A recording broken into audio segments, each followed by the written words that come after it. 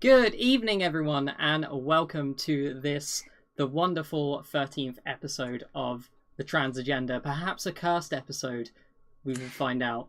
I am Ashley Nova. The cursed episode. Why are you starting out by calling it a cursed episode? Come on. Who knows? Who knows? We'll see. What I do know is that today is a special 2-hour power hour. Yes. Extravaganza. Power double hour. Double power. I'm sorry, I interrupted your introductions, please. I'm offended. Yeah. Hi everyone. My name is Ashley Nova. I am, of course, joined as always by my wonderful co-host, Distracted Elf, and returning guest. She's okay. It's okay. Hi everyone. Yeah. So today's very 13th episode is as I said, a fantastic 2-hour power hour special, because we're on the front page for this episode, right? Yeah. We're just hanging out. We're hanging out on the front page. On the front page. So I'm looking forward to an influx of nerds. It's gonna be great. And we're gonna do what I can only describe as sort of like a general episode of like talk to us and we will talk to you and that kind of thing. I mean, I think probably we should do some like start at the beginning stuff. Yeah, absolutely. Start with is always my first inkling. Ash has done the lovely introductions, so we don't need we can dispense with that. Yes. But what we can do is talk about what this show is about and why we do this show and stuff, which I think is a good place to start. So Ash, why don't you tell us those things, because I'm rambling, and if I keep talking, okay, I just you calm down for a second and I will take over. I got it. So the Trans Agenda is a show that me and Elf and I started. It doesn't matter, we don't have to be grammatically correct here. I get picky about it. The Elf and I started back in December, so we've been been going about 6 months now. And it's generally sort of been a show where Elf and I and guests such as OhKay and Ferociously Steph, Andrew was on one episode. Andrew was on an episode, and Ash McCallan. We've all sort of talked about our lives as transgender people, and seeing answering questions and giving advice, both in sort of a general life kind of space and in the Twitch space and in gaming and the stuff that we can find interesting things to talk about there. So we've talked about coming out, we've talked about fashion and medical stuff, we've talked about like trans representation in gaming. We've answered a lot of questions. We're very good at answering questions. We are indeed. The thing that jumps to my mind especially is that like we do this because, I mean, it's good for people who don't know stuff about trans things, you know, like right here we're available to talk exactly about such things in an open and frank manner. Generally, how to be nice to your trans friends. Yes. Good. Yes, Vince Cyclone. Exactly. There's like plenty of good stuff here. And OhKay is of course joining us today because I feel like we need backup on this one. So we called in the best backup that we know. Whoa, no, not the best. Surely not. Surely the best. The most reliable backup that I know. Okay. The only top 500 player unknown battleground player that I know. Oh my god. Not anymore, unfortunately. But yeah, I'm really happy to be here. Thanks for like bringing me on for this. It's gonna be a long one. I'm pretty excited about it though. Yeah. It is. So I'm honestly waiting for chat to like light up, which is usually what happens around this time, though. I think Ash has like a follower thing on where like you have to follow her for like a minute to talk and chat, which I don't think it's on. I don't know, is it? I remember this being a thing before because like, you know. No, I haven't turned it on. No, you haven't turned it on? I haven't turned it on. It's good. It's good. We got plenty of that. We got stuff going on then. Yeah. So where should we start today, Ash? What do you think? I actually have while we're waiting for chat to sort of light up and do stuff, I have an interesting thing that we can talk about. Oh, an interesting thing. I like those.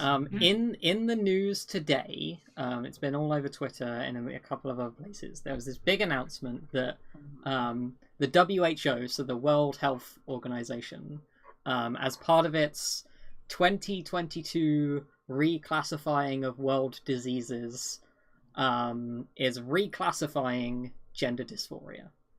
Oh, I see. So gender dysphoria is being moved from a mental health illness to a sexual health illness, and it's being renamed gender incongruence instead of gender dysphoria. That's like so much easier. Okay, yeah, I'm into that. It's a good renaming. That's kind of crazy to me, because actually in the U.S., surprisingly, this crazy place, it's actually been classified as medical for a couple of years now. So I'm surprised that they didn't actually follow the World Health kind of guidelines on that. When I read that, I was like, I thought that was already Yeah, but it's sort of it's come at a time in sort of the trans community where I don't know if you two have seen this, but one of the big pieces of discourse is that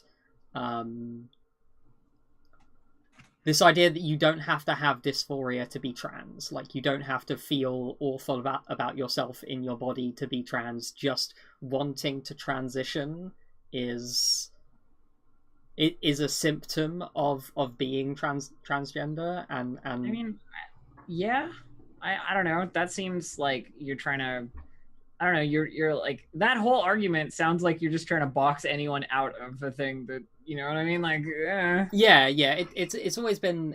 How is it up for me to gatekeep who is trans or not? That's not my jam, right? Exactly. And so I've always said, and my understanding of the previous like WPATH guidelines to the World Physicians something of transgender health, has said that one of the like top symptoms of gender dysphoria is wanting to transition. Okay, yeah, that makes sense. Like at wanting to be the gender that you weren't assigned at birth is a symptom of being transgender. There you go. And so I think that that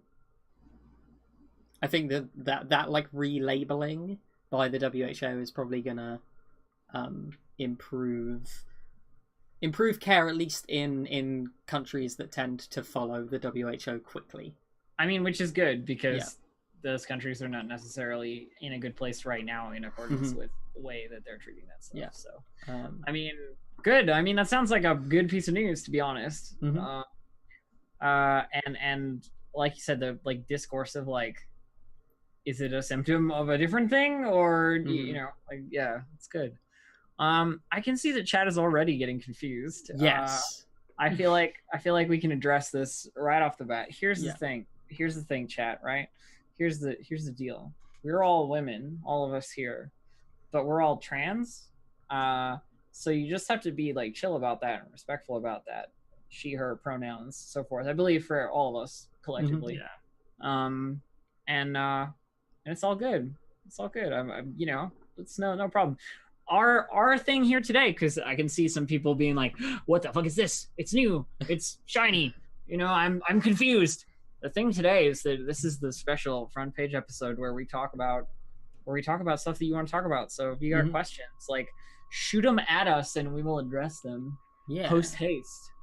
We're trans, let's talk about it. Exactly. You know.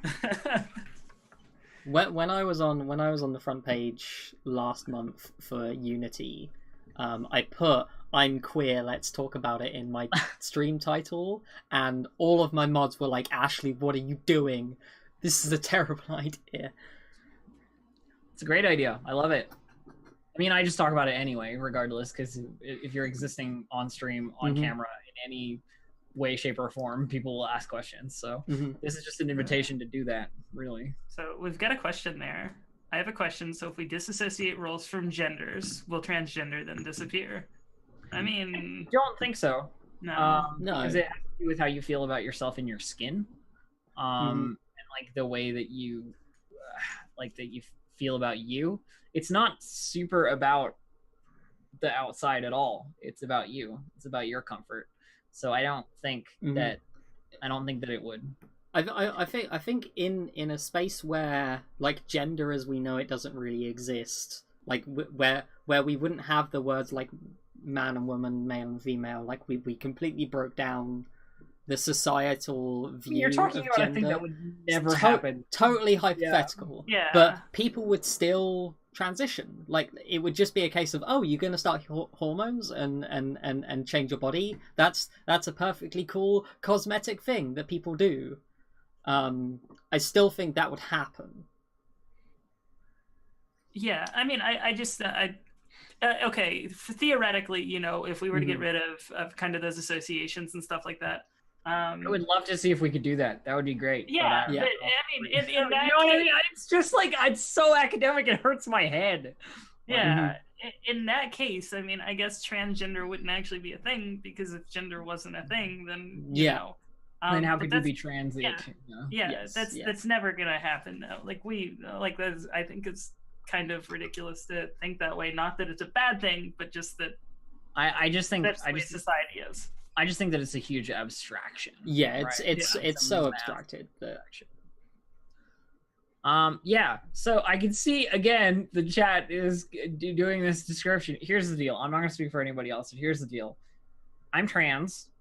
I was born male, assigned male at birth. I was a male in society until I was about 21, and then I started my transition, and now I am female. Yeah, that's the easiest way to describe it. Good. Got it? Yeah, solid. So when I were a wee baby, the doctor held me up and said, "That's a boy." And then 22 years later, I was like, no, actually. I don't know that was a correct assessment, personally, at the beginning of the year. But yeah, there you go. It's good. Yeah, same. I think I started later than both of you, though, because I didn't start until I started May 31st of my 26th. 26th? Okay. Yeah, I'm 26. Yeah, so 27. A little later. Been on for a year. A little later in both of us, yeah. It's like 21 for me and 22 for Ash. There's a question. It's a question which I would preface with, you probably don't ask this of just like trans people in general, and you don't want to talk about people's genitals like generally in the open. That's kind of a rude. But we're kind of doing but we're here to answer questions, so let's dive right in. Are any of us considering surgery? Yes. What do you think? Yes? Yeah. I am in the yes camp, but I'm also strangely terrified of such a thing. So, you know. Yeah, I'm in the figuring it out category, and it's not like, if I could press the button, yes, I would do it. But I think like my insurance situation and everything else is kind of crazy. Like even with good insurance here, it'll cost me like 10 grand to do. So I mean, it's one of those things that just may be out of reach. Like if I could press the button, yes, then. For me, it's a matter of time, right? Like, because the government will pay for that kind of thing, but there's like very few opportunities for the government to pay for that kind of thing here. So yeah, it's I actually have my next appointment at the gender clinic in London is next Wednesday. Oh yeah. So this is when I'm going to be like, yo, I need that surgical consult now, please. I would have asked for it at my last appointment, but I had a really shitty time at that appointment. But, that sucks. But yeah, I'm gonna say to my therapist, I'm gonna be like, now is the time to get me that consult and sort that out. No, it's no totally. Yeah. Like you don't have to say my bad or whatever about asking questions. Like I'm gonna tell you whether it's rude or not, so that you know maybe not to do it in the future with trans people that you know in person. People will respond to those things differently. But for us, like we're here to chat. And is this an AMA type thing? Not exactly, but sort of. Feel free to ask questions, and ask if we haven't almost anything. And if we haven't already addressed it earlier in the show, we'll probably talk about it. So, the like, what the fuck, boy or girl questions that come up every 3 or 5 seconds when we're on the front page, probably we've already addressed that. Exactly. So I got a question through Bits that says, how does it feel to be trans? How does it feel to be cis? How does it feel to be?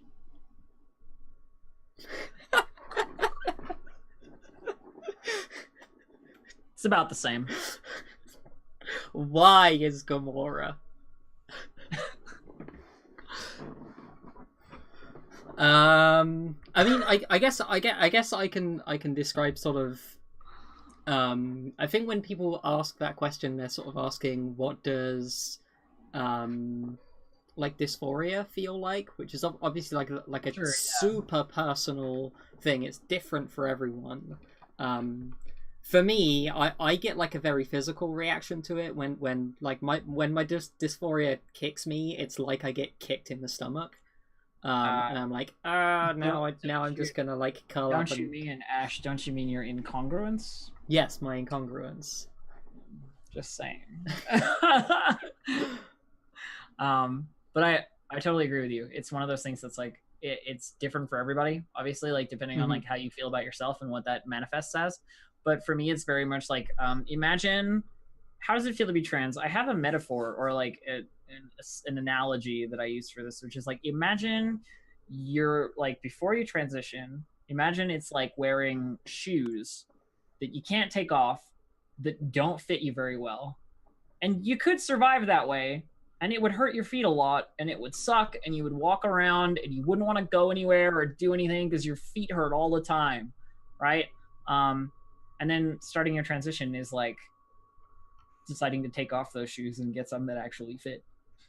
That's my best like analogy, basically. Yeah, mine was, I think I went through the crazy long drawn out path of, I can get by with just dressing up, and that helped with those bouts of dysphoria until it didn't. And then that's when I got the kick in the stomach feeling. Helped until it didn't. Yeah, no, it got bad. But it's just even still you get it. To me, it's more of being a little uncomfortable now compared to what it was. So yeah, I think one of the problems I had for a while was, because I always got this like stomach achy feeling, I associated stomach aches with dysphoria.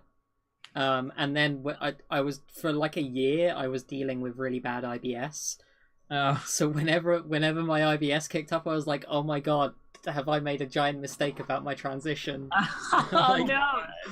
But as soon as I got that under control, pretty much as soon as I stopped drinking milk and realized I was lactose intolerant, I was like, oh, my dysphoria is fixed. I can see this discussion in chat. Okay, like I'm just gonna pull out this discussion in chat here. With our friend Razier, who's like, you can only be male or female when you're born. I get where you're coming from, bud, but also like you're getting hung up on some very specific like points. I say assigned male at birth or assigned female at birth because a doctor says something, and that's how it is, and you have whatever you have down there, and that's how it is. It isn't that I don't deny that most people are either male or female when they are born. That's not what I'm saying. That's true. That's absolutely fact, 100%. But you're hung up on this tiny little smidgen of like a word I said, rather than the actual thing that I'm trying to communicate in a polite way. You know what I mean? I'm trying to be nice, right? And so the thing to add to that is the reason we say assigned male or female at birth is that people put children in boxes that society expect, and but they do that purely on what is described wonderfully by the doctors I know as the hamburger or turtle problem.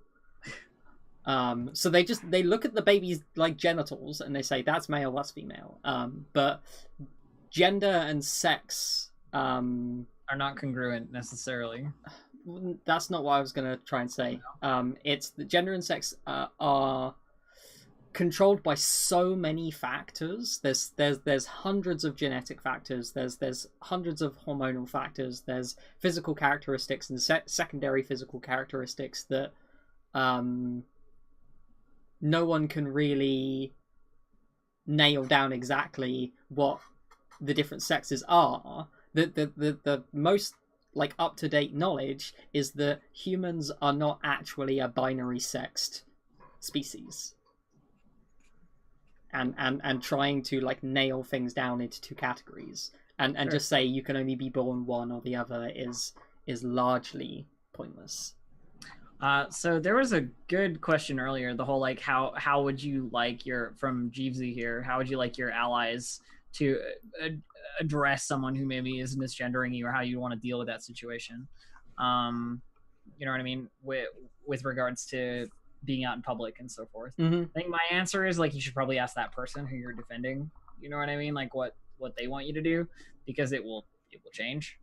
But that generally, like if the person is not, it's a fine line, right? You have to know like what kind of situation they're in before you can start defending them. It's not up to you to jump to their defense necessarily, right?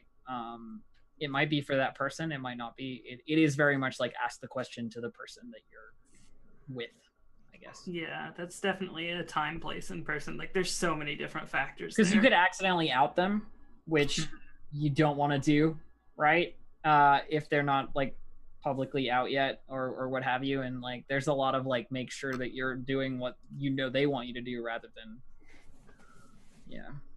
yeah, because I mean honestly, if I'm out with a friend in public or something, like what I tell them to do is, you know, maybe slip in my name in conversation and then they'll be like, oh, I messed this up, like if they happen to. But I mean, most of the time if someone misgenders, it's probably, especially if you're presenting in a very, you know, obvious way, that it may start to be malicious, and it's just best not to exacerbate that, in my opinion. Mm-hmm. So, there's really two types of misgendering in that there's the things your family and friends will do, which is 9 times out of 10 completely by accident, and they're talking on reflex.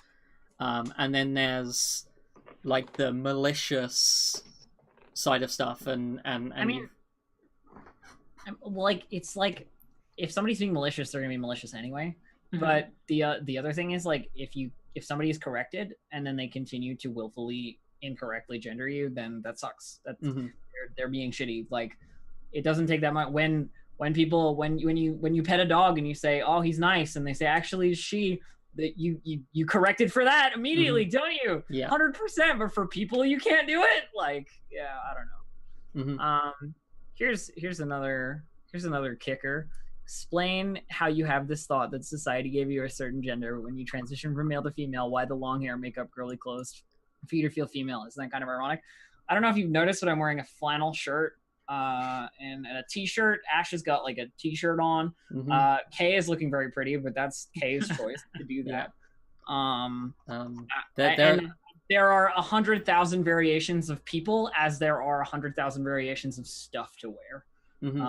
So here's the really toxic thing that society does to trans women in particular is up until at least like maybe the last like 5 years or so, one of the conditions to get treatment was you had to conform to female stereotypes. Yep. You had to wear makeup, you had to have long hair, you had to wear dresses, you had to enjoy knitting and female activities. If you didn't conform to that, the doctors just wouldn't give you any treatment.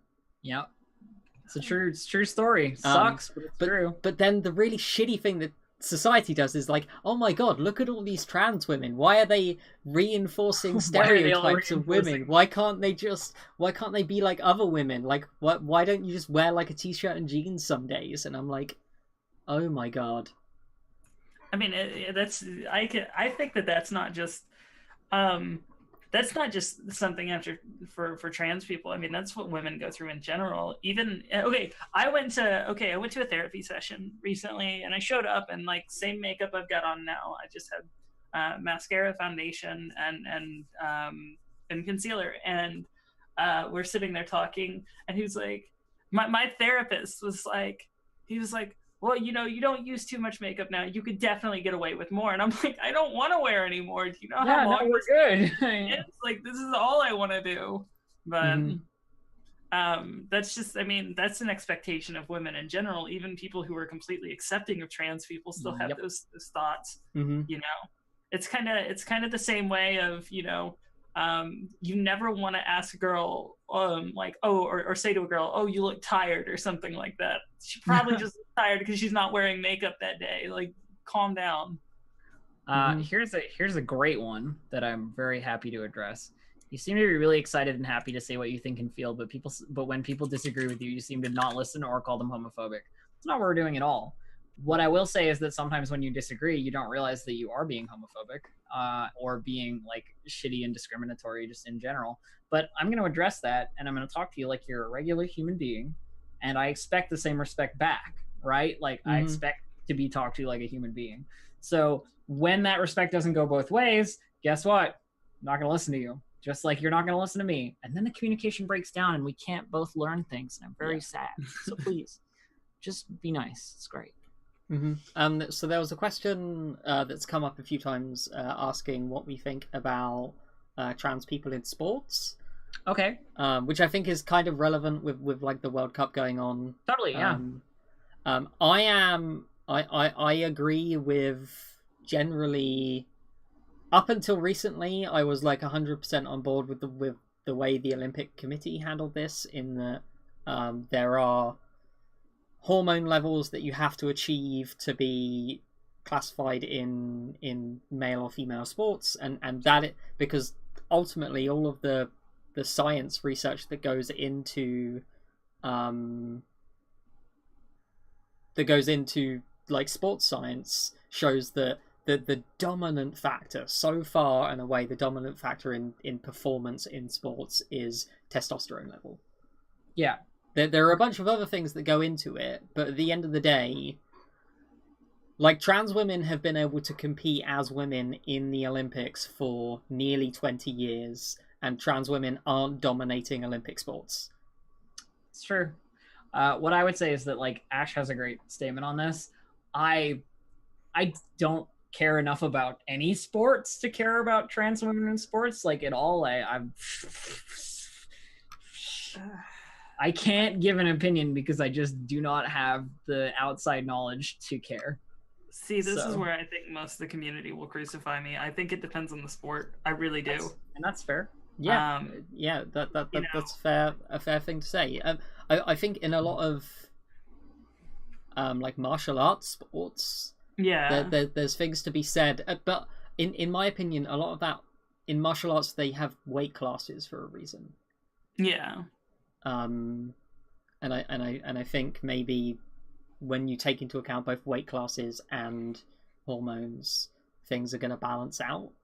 But I don't know.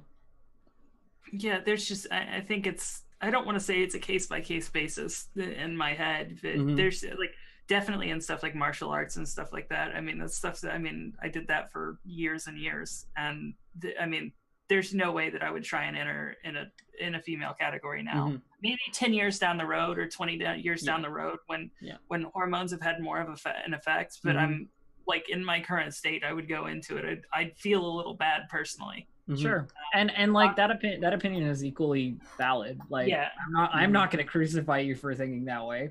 Like, again, I don't even have an opinion. So it's better but I also think there does need to be some amount of like case by case checking, because at the opposite side of things, when you have teenagers who have been on blockers for 5 years and on like hormone replacement for 2 years, Oh yeah. There's I mean, absolutely no reason why they should ever be restricted from entering if you sport. had someone that started before puberty really hit, before their 20s, no like, there's sense no to reason. Yeah. There's nothing there that should stop that. Mm-hmm. Yeah. Well, there it is. What else we got? What else we got in chat?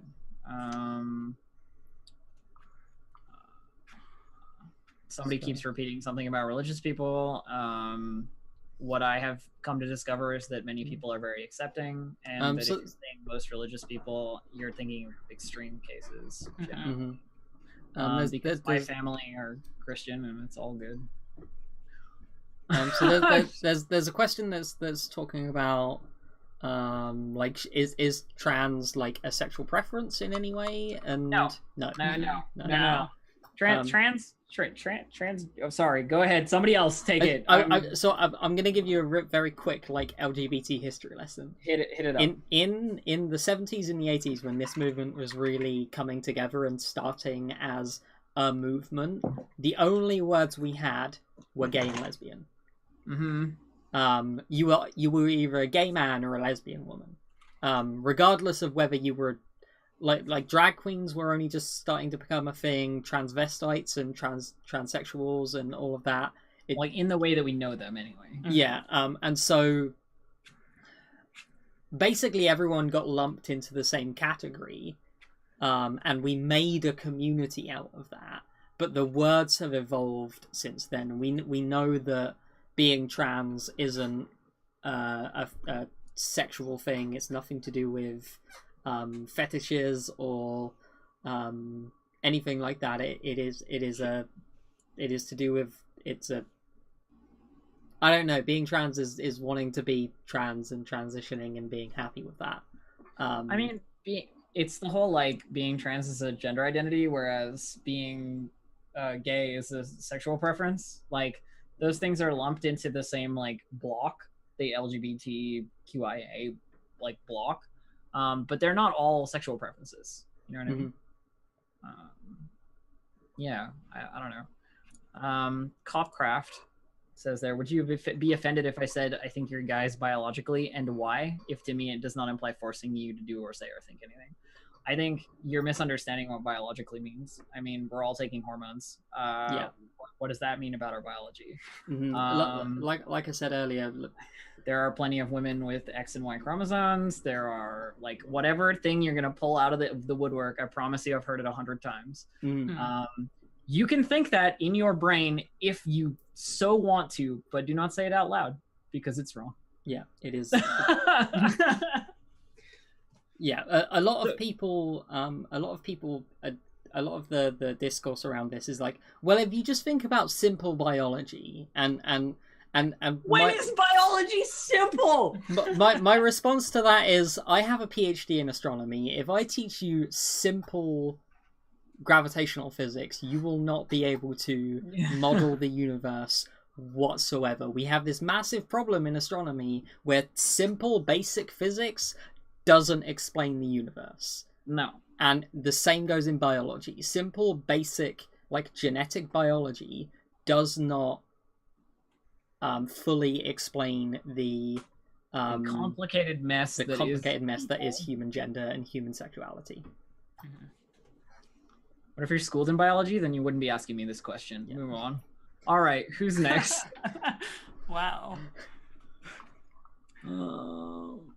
It's my favorite dark matter theory. I'm a big fan of just a standard lambda CDM. But you know, I like the idea that actually the universe is filled with 10 to 50 solar mass black holes, and that's what's causing the extra mass that we see in the universe, and that they were formed prior to the formation of the first stars in the period of reionization. So we also got asked our favorite games earlier. Did we? Yeah, we got asked our favorite games. Can I just ask well, I'm just gonna say one historically because I could talk about this way too long, but Baldur's Gate is my favorite game. Really? Yeah. Baldur's Gate 2. Oh, nice. Yeah. Final Fantasy 9. Wow. See, that's such a hard question for me, but I think I have to go with Rainbow Six or Soul Calibur, like one of those two. Fair Like enough, they're both yeah. kind of like right there in the same realm for me. Like both I played hours. My and hours. problem with Rainbow Six is I missed Rainbow 1 through 5. Oh my gosh. Okay. Brief hiatus from our topic. Back to topic. Mhm. How long have each of us been transitioning? How long's it been, friends? I came out to myself fully. It had to be March of 2016, and started on May 31st. Was my first injection for estrogen. Okay, I was just looking for a year number.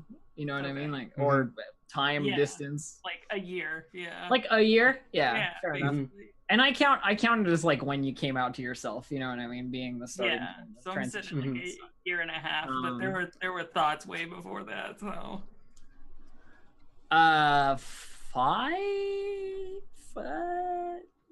five-ish years, 4.5-ish years. It's been a while. 4.5 years for me as Probably 4 years because I made my Twitch account 5 years ago. So well. yeah, like 4 years, just about. Yeah. I came out in December 2013, and then transitioned immediately. I was like, "Fuck it, I'm not waiting." How did our families find coming out? My parents and my brothers were both have all been really supportive. 4 years on, my dad still can't get pronouns right, and I still have to be like, Dad, you either stop talking about me or yeah. For me, I mean, it was a lot smoother than I thought. Like I went into it. We talked about religion for a second. My dad is like insanely religious. We're talking about like church every Sunday, every Wednesday, and blessing before dinner. But I mean, when I came out, he was like, "Oh, is that all we needed to talk about?" Like that's he was like, "Oh, cool, it's nothing." I mean, that seems to be going well. My mom was a little weird on the coming out, but she's coming around, and I haven't really had a bad experience. I mean, that's good. Because you're the one that I thought for sure like you'd be the one to tell us a horror story there. You know what I mean? Like we talk about Oklahoma and stuff. I thought maybe, but not. So far, I mean, even I've come out to the owner, HR, and my boss at my company, all who were fairly religious that I know of, and they were all like, "Oh shit! Like, how do we help you? Like, what do we do?" I mean, that's great. Yeah. So that's awesome. I've told this story 100,000 times, but I came out to my mom and my sister first. It's my favorite story. Came out to my mom and my sister first because I like went home in the middle of the week and they were like, "What the fuck is wrong with you? You never come back here in like the middle of the day." You know, I'm like, "Yeah. So here's the deal. I'm trans." And there's this big pause, and then my sister broke the silence of like the after awkwardness by being like, I never knew what to get you for Christmas before, but now I do. My favorite coming out story. Yeah. So my family were super supportive. My dad had a little bit of a hard time with it, I think, to start with, but he's like way better now. So that's cool. So there was a question earlier asking about sexuality and whether being trans means that we're attracted to men. No. And that is trans people have as varying sexualities as cis people do. I personally am pansexual, so everyone's good in my books. Yeah. I don't label it personally. I like the people that I like. Yeah. And that's all that I care about. Yeah, no, it is interesting, and I don't know for either of you how hormones affected kind of your views on people, but it's what I will say is that I dated exclusively men when I was a man, and now I don't do that. So yeah, it was kind of weird. Like I had a couple of boyfriends before, transitioning and everything like that, but none of them I just like would like. The best story I have for this is I was out with my girlfriend and she was talking about a guy that she saw. She was like, yeah, that like he's kind of cute. And I look over and apparently I just kind of like lock and I'm like staring at this guy and I'm like, yeah, he's cute. I'm like, it was like that stare. And she had to like nudge me because she was like, you're staring. Like that never happened before estrogen. Never. So I mean, it just depends. Mm-hmm. I mean, yeah, different experiences, different moments of time, and what have you. Yeah. Yeah. Powerhouse G is asking if we do this every stream. No. God, I think I would die. No, yeah. The transgender is fortnightly-ish. Yeah, like so we try and do one every 2 weeks. What I will say is that we all do this to some degree every day, because I guarantee you we all get some question about our gender identity or what have you every day, because hey, we're on camera, hey, you can see us, hey, people are rude as fuck. Yeah. Mm-hmm. So, you know, to a certain degree we have to talk about this stuff all the time. I definitely have like a rote response that just like pops out of my mouth. Everybody who's ever been in my stream knows it. Like continually. But yeah, so we don't do the talk shows every When did you realize that you're trans, and what was the clue from Broccoli of Death? It's a good one. You go ahead. I have a good one for this. So do okay. I mean, it was when I was like, oh god, I was researching like trans things when I was like 10 to 12.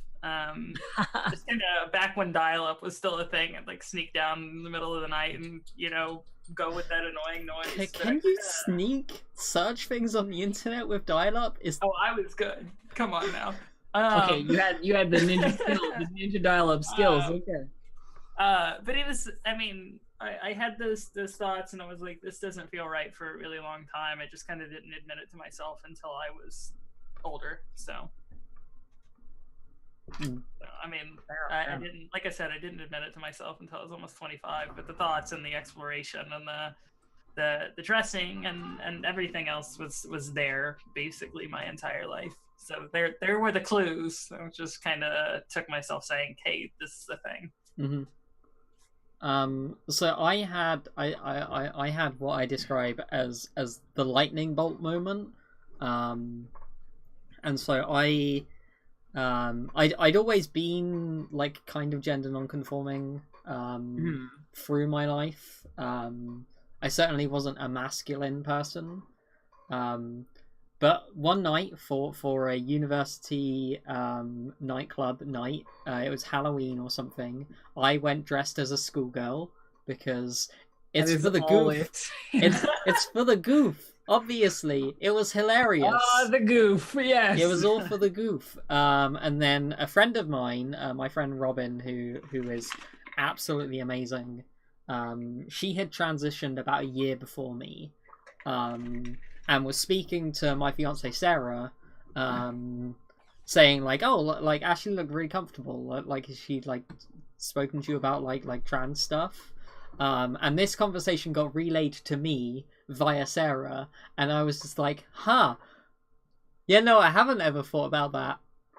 Yeah, no, that makes a lot of sense. Oh, man. Yeah. So that was me. That as soon as that happened, I was like, oh, yeah, no, yeah, I'm trans. Yeah, that makes sense. I mean, if we're talking about that specific lightning bolt moment, I mean, like Kay, I did a lot of like looking up things and then denying myself the no, that can't be what it is. It's definitely something else. Stuff. But the lightning bolt moment was actually on stream. Where again, for the goof, you know, all like because everybody does the cross-dressing for a goof on stream or what have you. I like got kitted up in like the bathroom of my apartment then, and I opened the door to the bathroom, and the light from the bathroom like spilled a silhouette onto the wall of like what I look like dressed up like that, and I was like, oh fuck, you know, and I had to take a moment to like figure out what I was thinking, and that was sort of the like lightning bolt moment of like, this is comfortable, this is good, I want to do this, I'm gonna do this. And so after that, yeah. Is there any other? I saw a really good question. Oh yeah. Ronnie was a cyborg asks, if each of you could give a one bit of advice to future TV/film directors to help them portray trans people better, what would it be? My first would be hire cast trans people. Oh my Yeah. god. Cast trans people. Yeah, that's the step one, and I think I don't know if either of you watched Sense8. I just yeah. started watching it. I'm through. I've watched like 2 seasons in a week. And the big thing there is I saw the actor who portrayed Nomi, Jamie Clayton, I think is her name. I love her. I love her. There was so a quote much. with her saying, it's not.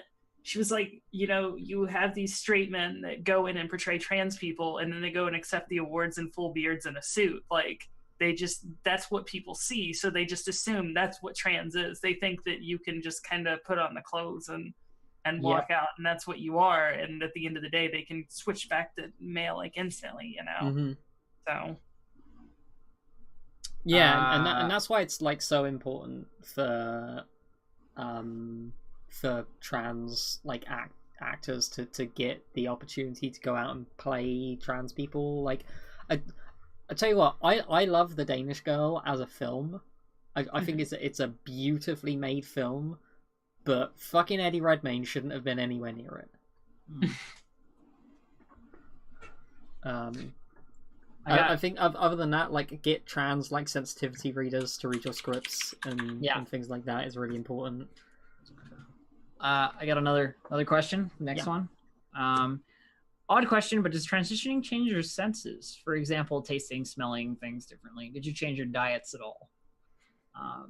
I can say that my sense of smell is way more sensitive to terrible smelling things now. Like bad smelling garbage or whatever, like I gag. It's like the worst, and that never was a thing before. So that's the one that comes to my mind. I don't know about you two. I haven't really noticed that, but my sinuses are always like hella blocked, so yeah, my sense of smell got stronger, and honestly my taste buds changed. I didn't used to be able to like salads or anything like that. Now I'm kind of loving them, so it's a little weird. I like chocolate. I didn't used to be able to stand chocolate. And I had just this bite of this like really rich dark chocolate cake the other day, and I thought I was in heaven. So I think that it changed it by a lot. So fair enough. Ash, did you have anything up for that one? Yeah. There was one that I saw. Yeah, I saw another one as well. I'm like scrolling back through to like look for questions. I'm digging. Yeah, it's all moving quite quickly.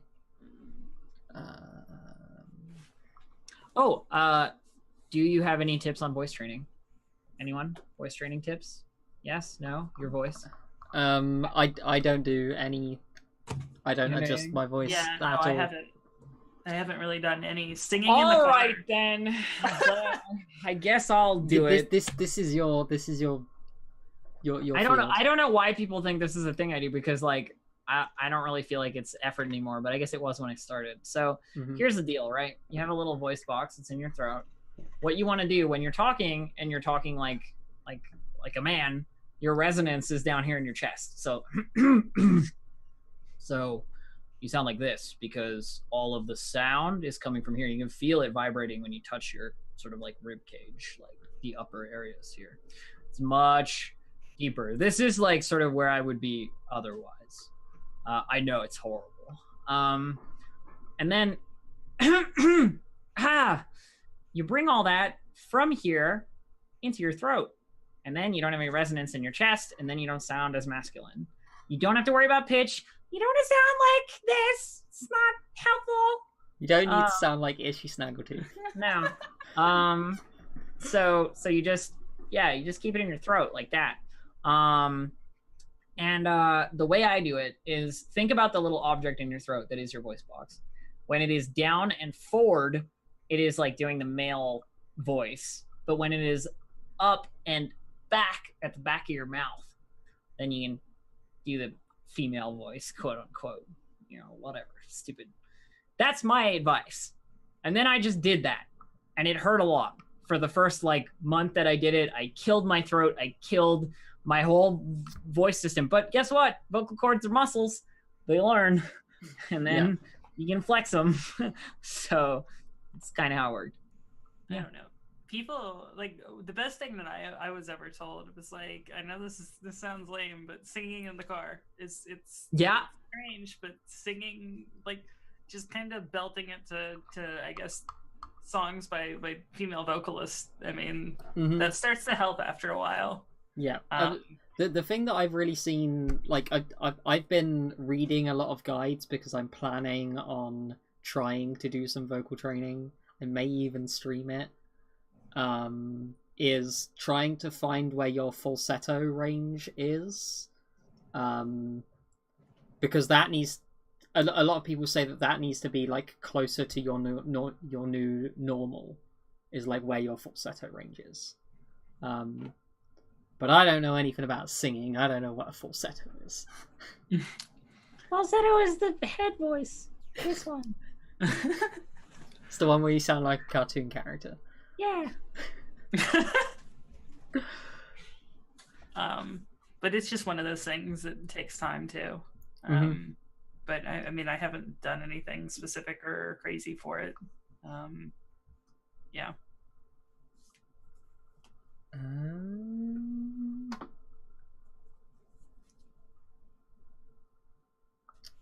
Let's try to see what else is in here. Yeah, I will wait and let you find a question this time. I will instead fill the empty space with my nattering voice. How are you doing, Kay? First hour is almost over. We've got another hour to go. How am I doing? I'm doing good. I was telling Ashley before you hopped in, right before we started, I got like woken up by like 12 different calls from like all these different people for work. So my day started off extra early and extra fun. Great. So now I'm really excited that we're here instead of me working still. I'm not a big fan of work, so I'm doing pretty good though. Fair enough. I mean, none of us a big fan of work, but work keeps us alive generally. Yeah. Actually, my work's okay. Never mind. Yeah. Yeah, just rub it in. Yeah. I will. I mean, your work's about to send you on an awesome trip. I know. I'm very excited. For those of you who don't know, I'm going down. I'm going to talk about this while Ash is digging. I'm gonna go down to San Francisco on Thursday to do some stuff for Pride Month, Twitch stuff. It's gonna be great. Sorry, my dad is asking where the dog is. The dog is sleeping. The dog is where the dog is always. Okay, so Crobasaur has asked, family members often say this is how the world is as a blanket response to dismiss any frustrations or concerns with society. Have you experienced this before, and how would you respond?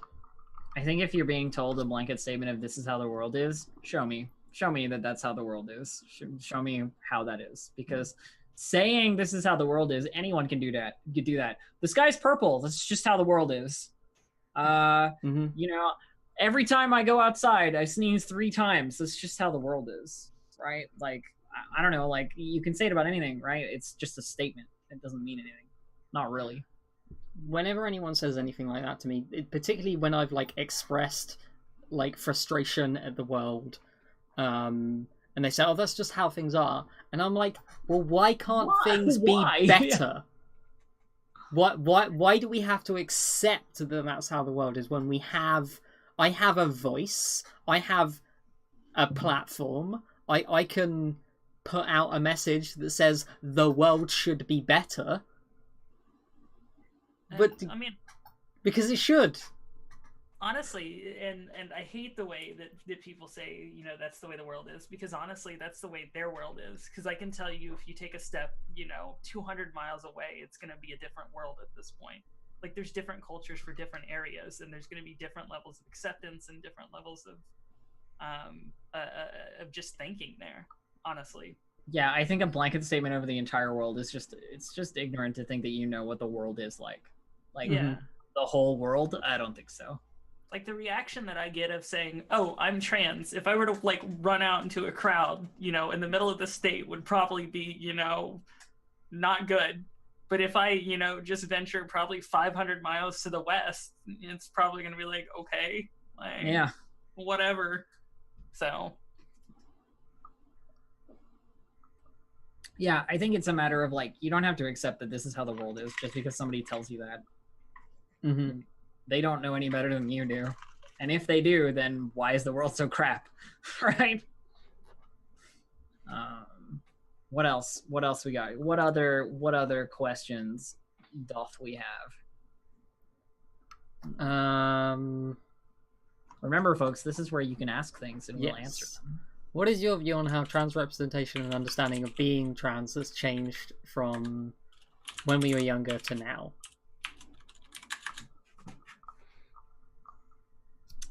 Any thoughts? Repeat that one for me, Ash. What do you think has changed between when we were younger for trans representation and now? It's hard for me to say because I've only been part of the like group of folk who are trans since I've been trans. You know what I mean? Representationally, I would say that there is a lot more sort of like trans in media now than there was back then, which is great because people are realizing younger that maybe they're trans and like getting that going like sooner and figuring things out. It's not as like hidden or like gatekept behind like medical terminology and stuff. You have to dig through internet posts about like, oh, okay, like this is how secret internet forums and what have you, like stuff that you find, which is how I did most of my, I feel like the information is more available and more out there. And yeah, media wise, like I don't think 20 years ago they were doing this, for example, what we're doing right now, which is pretty sweet.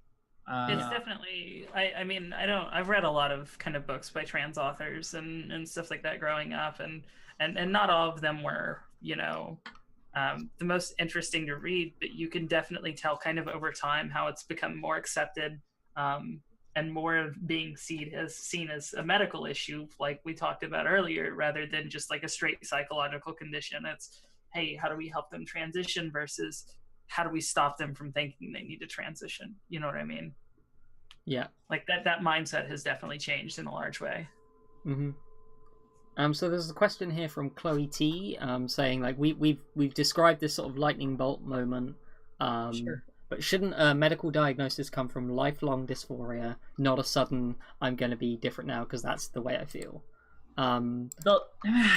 So you've misunderstood the lightning bolt. Yeah. So the lightning bolt is when we realize, oh shit, we're trans. But it's very easy once you realize that to backtrack all the dysphoria you've had, and look at your life and be like, oh, that's why I did those things. I mean, like speaking from a personal experience, like, yeah, totally. Like you're right. A life of dysphoria. I've experienced it. I've lived it. I've been there. We all have. I tried to kill myself twice over it. Thankfully, unsuccessfully, because I'm still here. But like the lightning bolt moment is just a moment that I would describe when somebody asks me, when did you know, when was the moment? Like that's what I would describe. Some people don't have those. Some people do. It's not like that was the only time I ever thought about being trans and then I became then I started a transition. You know what I mean? Like not at all. It's one of those things where it's like, yeah, shit has been bad, but this is the moment I realize I can make it good. Right? It's more about that. For me anyway. Yeah, no, I kind of think that it's one of those things that, people are kind of relating with their gender, and I'm going to include sexuality in this from the age of, there's research that shows that these thoughts occur, in children as early as 2 years old, and all the way until their mid 30s. You know what I mean? There's some people that may not even notice the symptoms of dysphoria until deep into their life. There's different circumstances there. So, but I don't think it'll ever be some just immediate snap decision of, oh, I'm trans. It'll be like, well, this is making sense now, Yeah, like when I say that, like I realized I was trans, and I will admit I realized I was trans, and within a month I transitioned full time. But that was a Same. month of like serious like soul searching and looking back across my entire life and how all of the uncomfortable stuff that I'd felt towards gender suddenly made sense. So like all of those feelings had been there my whole life. I just didn't know what they were. Yeah, I think it's we were talking about a moment because a moment is easy to describe. It's very difficult to describe a lifetime of like dysphoria and shittiness other than like that, which doesn't really explain anything. Whereas a moment you can be like, oh, that was cute, that was nice. You know, it's a good moment. That's all. What else we got? Whom else do we have? Yes, for all you newcomers, we're all trans. Trans women, she, her pronouns, please. So there's a question here. Do you think that there should be counselling to make sure that people that have decided they're trans, to make sure that some people don't make this mistake that could permanently change their lives? We do. We have that counselling. It's very important. We do all that shit. I go to a counselling appointment every 6 months. What I would say is that, yeah, that stuff exists. You're asking a question about a thing that is a thing that exists. It's real. We go through it. It's also kind of gatekeepy, which is really annoying, but it's there. What else? What else we got? Chat, hit us up. Yeah. You know we love you. Even though sometimes we're frustrated occasionally. So, or I am anyway. Okay, please. I don't know. I just saw. I just saw something that kind of. I mean, it. Someone just said 49% of trans people attempt to commit suicide, and you know what? That doesn't surprise me. Seeing as how many trans people get kicked out of their families, or you know, forced out of careers, put into homelessness. I mean, but. You know how dramatically that percentage drops when they're supported by their family and their friends? I mean, you're talking, it's wild. I mean, I could see anyone. Supported trans, like, teenagers. Trans teenagers who have, like, the full support of their family, their schools, their friends, actually have a lower rate of attempting suicide than the general population. Yeah, it's remarkably low after that. It's not about being trans that makes you suicidal. It's about the symptoms of coming out and being trans in society that make you suicidal. Or before you start your transition. I mean, you know, I'm one of those people, right? Like, statistically. So it's one of those things where it's like, yeah, it happens. And it gets much better, as Kay said, when supported. Broccoli of Death, we answered your question about like what dysphoria feels like earlier on in the episode. The brief thing is, for me, it feels like you're getting kicked in the stomach, and that's about it. Yeah, I'm not gonna repeat. I don't think this thing I've already said, but Cassandra Hamilton just added me. How does the fact that you're trans change your attitude in the workplace? I work on Twitch, so. This is your workplace. You're seeing it right now. Yeah. This is my attitude in the workplace. And me, I work. I mean, before this, I worked in a company that was in the top 100 of the Fortune list, one of those big corporate machines. And even in this job, I mean, it's still a pretty professional atmosphere, even though I can show up to work in jeans and a t-shirt or whatever. And honestly, it depends on where you're at. My old job, heck yes. It was a very old-fashioned company ran by dudes who wish that they could probably still smoke in the office and have a drink of scotch at lunch, you know? It was, but I mean, realistically, this new job, no, I really haven't hidden like a feature of femininity, and I think the few people that I've came out to when I told them was like, this is a thing, it's gonna be happening within the next few months here. They were like, oh, well, that makes sense. So it just depends on the job. Yeah. I think so. I've worked both in sort of a larger university and in small or medium enterprise, which means a company with 6 people in it. And in both of those, I've overwhelmingly been like accepted by the people around me, and that's always been Been really great.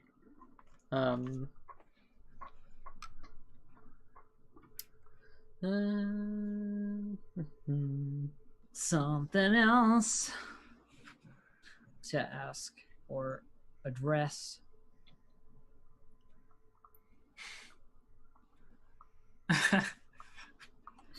What are you giggling at? I'm sorry. I want to hear it. I want to hear what it is. I just read Woodhead's comment. So are you technically gay now? So there's this. That depends who you're dating, I guess. Yeah. There's one of these like the exploding brain memes where it's like coming out as gay, coming out as trans, coming out as straight trans, coming out as gay trans is like galaxy brain. Galaxy. Like coming full circle again. I mean, I'm queer as fuck, so yes. Yeah. It's just kind of messed up if people disown someone for coming out as trans, but you'd be surprised. It happens a lot. A lot. It's not a tertiary thing. You know? Yeah. Gay, but in the other direction. Yeah. Thanks, Kate Thulu. How much of a pain in the backside is it changing all of your documentation and identification? It's really fucking annoying. I still haven't done it. Yeah, I'm not surprised you still haven't done it, given that you have a passport for a country you don't live in. Yeah, I have an Australian birth certificate, an Australian passport, and I live in Canada. So trying to get the documentation changed for that shit.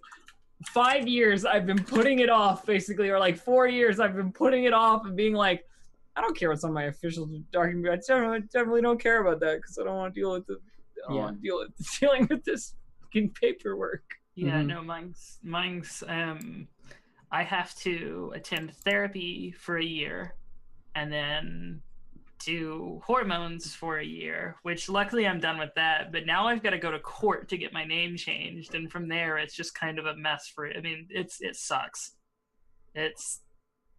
Name changes, I mean, even if I wasn't trans, a name change in the US would be just awful, but a name change and a gender marker change in my state requires hiring a lawyer and going through a very drawn out process. So I'm kind of I got my one of the first things I did when I transitioned was write up a deed poll, which is the legal way to change your name in the UK. The UK doesn't actually have like legal names. So basically you just need a piece of A4 paper that says this is my old name, this is my new name, you are legally required to change it, and so that will get you through on like banks and like workplace and like HMRC, but that's very much a case of you just have to like make 1 billion photocopies of that and send it off to everyone and be like, please change my name. And then occasionally threaten people that they're breaking the Data Protection Act by not having up-to-date information. Probably easier, now that the GDPR is a thing, probably easier to threaten them. Just say it's the GDPR, you have to change it. Yeah, but it definitely depends on the organization too. So getting my birth certificate changed, which you don't really need to do in the UK for many reasons. Your birth certificate doesn't really get used anywhere. The exception, for me at least, is I'm engaged. I will be getting married at some point in the next, hopefully, 2 years. So when we have the ceremony for the person to say, I now pronounce you wife and wife, I need to get my birth certificate changed. Which is a pain in the ass. I have to like fill out a massive form. I have to spend like £75 to send the form off. I have to pay £100 to get letters from both of my gender therapist and my GP, and a bunch of other bullshit. And then some shadowy council in London, probably of all white men, will be like, yes, I believe they are trans, and will issue me a new birth certificate. It's funny. No, it's a drawn out process here. Well, I can't actually, like my birth certificate, I can't change. It's just not legal in the state. So, yeah. The Senate will decide your fate. I am the Senate. I am the Senate. So, it's treason, man. Like, how do you feel about people taking advantage of changing genders and entering the opposite? Doesn't gender happen. back? Doesn't Yeah. happen. Never I happens. don't Never know. happens. So okay, so this is the thing, right? So in the UK, the Labour Party recently announced that hey, we're just gonna have all women shortlists, and if you identify as a woman, you can be on the all women shortlist, and we're just gonna put some checks in there, and that's what people are gonna do. And you know what? A man was like, I've filled in the form with a false name and said, oh no, I identify as a woman on Wednesdays. And you know what happened? He got kicked the fuck out. Because it doesn't happen. I don't know. It's one of those things where it's like, I think that the entire, like, oh my god, think of the bathrooms, think of the safe, like, it's someone like, think of the children. I promise you, more people have done it. If it's ever happened, which it probably has ever, because anything has ever happened once, you know what I mean? But if it has, I guarantee you it happened because people had big media coverage on, oh, we should restrict these things for this reason. And some guy was like, that's a good plan. I'm gonna do that. That's definitely like it's so much easier for, you know what I want to do in the bathroom? Pee. That's it. It's so much easier if someone actually wants to be like a horrible human being to like wear a janitor's outfit. Yeah. Like, it's not really that hard. Yeah.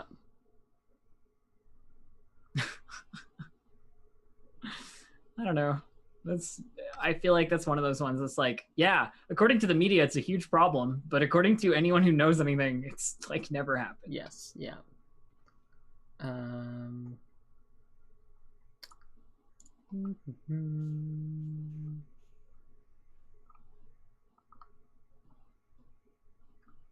People complimenting me on my A+ posh accent. My accent is not posh. Trust me, I am a working class girl.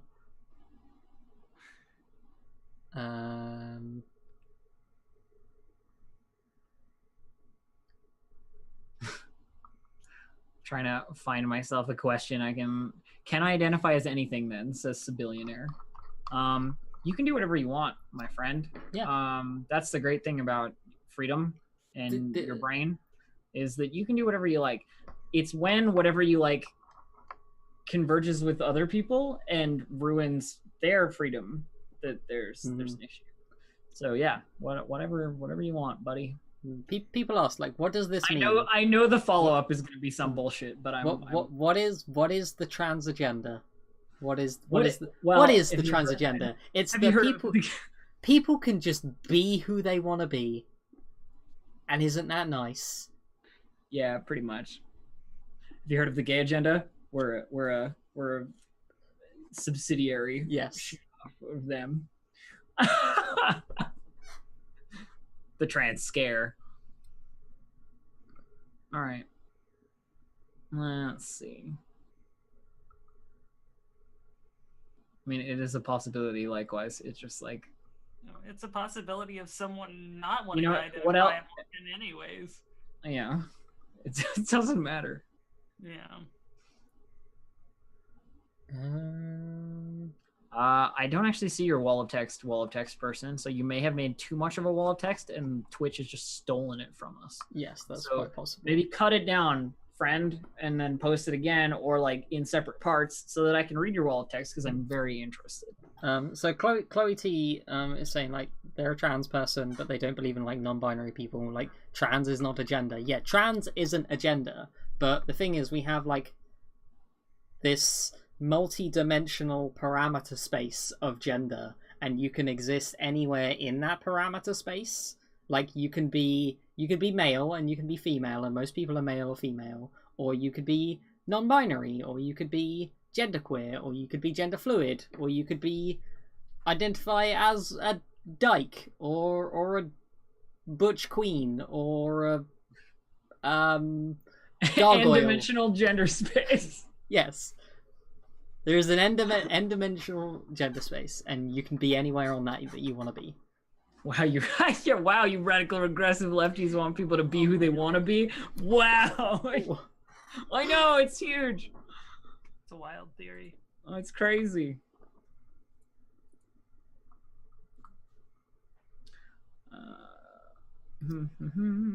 Chloe, T, just because it gives too much fodder for the community to be ridiculed doesn't mean it's not right.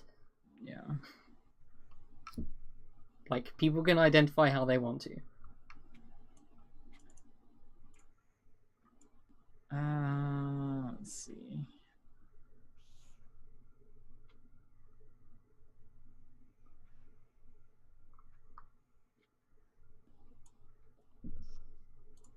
I don't know what that's in reference to, VVRRVA. So then wouldn't that mean that pronouns are changing the way people are who they are? It's not about being who you are. It's not about are who you are. It's about are who you wish to be, are who you want to be, are who makes you comfortable. Right? It's not about what you are, but what you move toward. Mm-hmm. So Capture asks, do you consider trans to be a mental disorder? So we talked about this earlier. We did, yeah. So I think the way I look at it is that gender dysphoria or gender incongruence, however you want to call that, is something that happens mostly in your brain, and that can cause many other mental illnesses. Many trans people do develop social anxiety or depression or bipolar disorder. Those are all things. But that doesn't make being trans a mental illness. It's just the way the world reacts to trans people can cause other mental illnesses. Here's a great one by our bathroom question friend. What would you do if somebody were to walk up to you and call you another pronoun by accident with no mean intentions? I would correct them. Yeah. And then assume that next time that they might call me the right pronoun, because if we're not doing it hostilely, then it's the same amount of effort you'd put into when somebody's dog is a different gender and you misgender their dog. It's the same amount of effort. People do it for pets all the time. Why not do it for people? Yeah, it's very simple. I mean, I think that people, I hate to bring this up, but the whole "did you assume my gender" thing, like, it's bullshit. It is a harmful meme made by cis people. Yeah, it's fucking garbage. Stupid. That's how you get hurt. That's how you get hurt. All right, like, you're never gonna do that. Like, truth be told, if it's a casual conversation with some random stranger, I'm probably not gonna correct them. I'm just gonna move on with my life and be like, okay. So, I mean, I hate to say that I won't correct them, but I'm just going to walk away. So, I mean, not everything is worth correcting, right? Yeah. It's not. We deal with it lots of times every day. It's fine.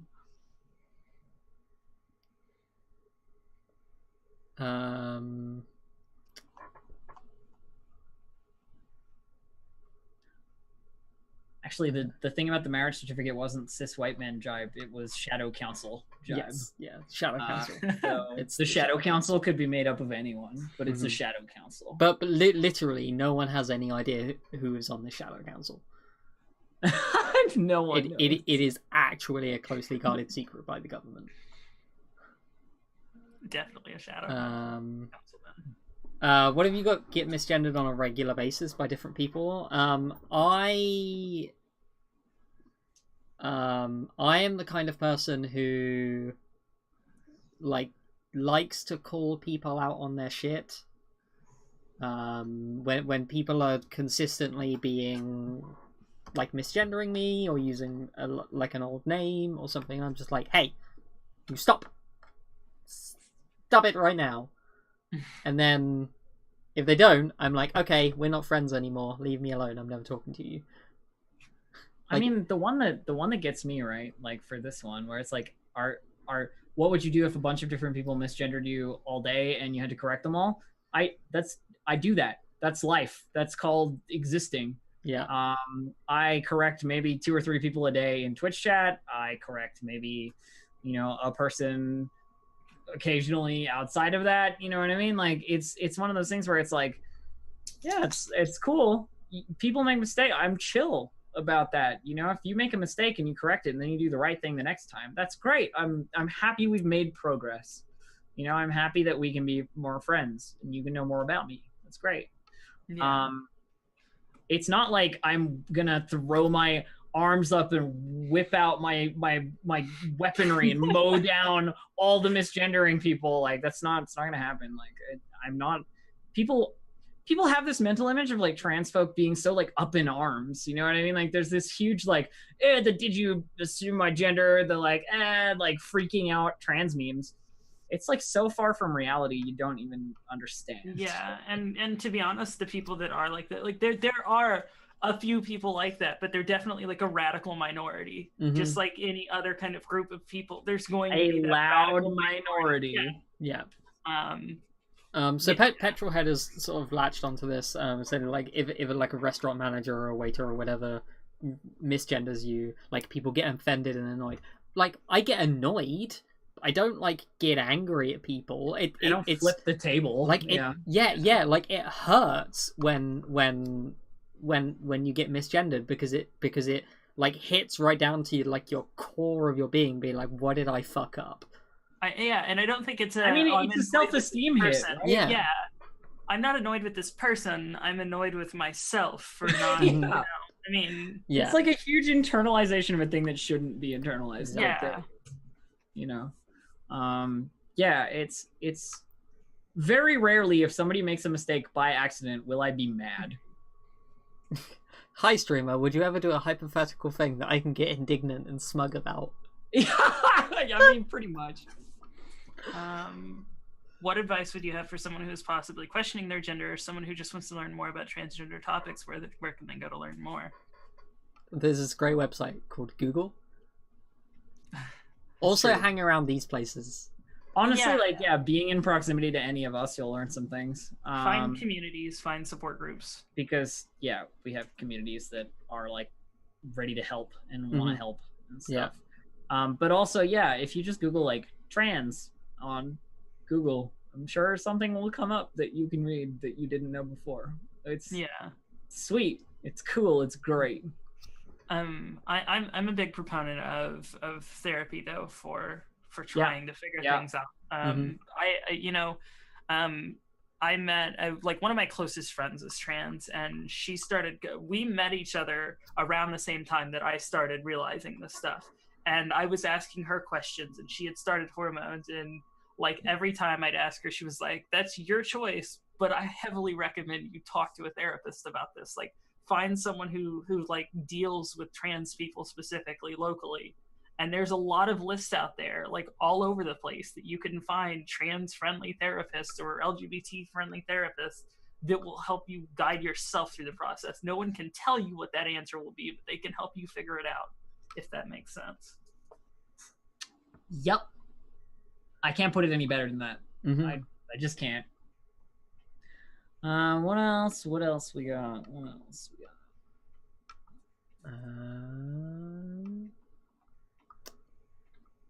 Do we think it's easier to change the mind or the body? The body. They have these magic things. Let me introduce you to estrogen. Drugs. So many of them. But the body's way easier. And we don't really need to change the mind. The mind's fine. The mind is absolutely fine. If you're talking about our minds, changing your minds, those of you who do not understand or agree with these things, or maybe need to learn a little more, that's a good part. Working on that. Trying what we can. Those who are willing to accept. I like this question from Orchestra. Who is your favorite trans role model? I'm terrible at this. Really terrible at this because I don't have any. Are you pointing at me? I can't tell because on the frame it's a different way. But Zoom is totally different, but it's definitely Elf and OhKay and Steph, and Ashton, and all of my wonderful trans friends on Twitch. Honestly, me too. You're also amazing. You're all very inspirational. I don't have like a celebrity role model or like a person who I'm like that's my role model or whatever, because I don't know, I just never it's hard it's hard to say. DXRS, did you have any friends you left behind or people who didn't accept you that you had to move on from? My response to that is most of the people who wanted to move on from being friends with me when I came out as trans did so very quietly and just shuffled away. They were like, yeah, I support you. And then they just fucked off. Mm-hmm. I never saw them again. Experience. That's it. Yeah. Mm-hmm. People who are uncomfortable with you or you as a person or whatever, they're just not going to be around you. Mm-hmm. Yeah, exactly. but the people who are gonna walk away are, I mean, honestly, the ones that have walked away were friends. Yeah, exactly. They were just acquaintances, and I was like, okay, cool, I hope you have a good life, but, you know, I haven't had anyone that just, like, kept their distance that were friends. I agree.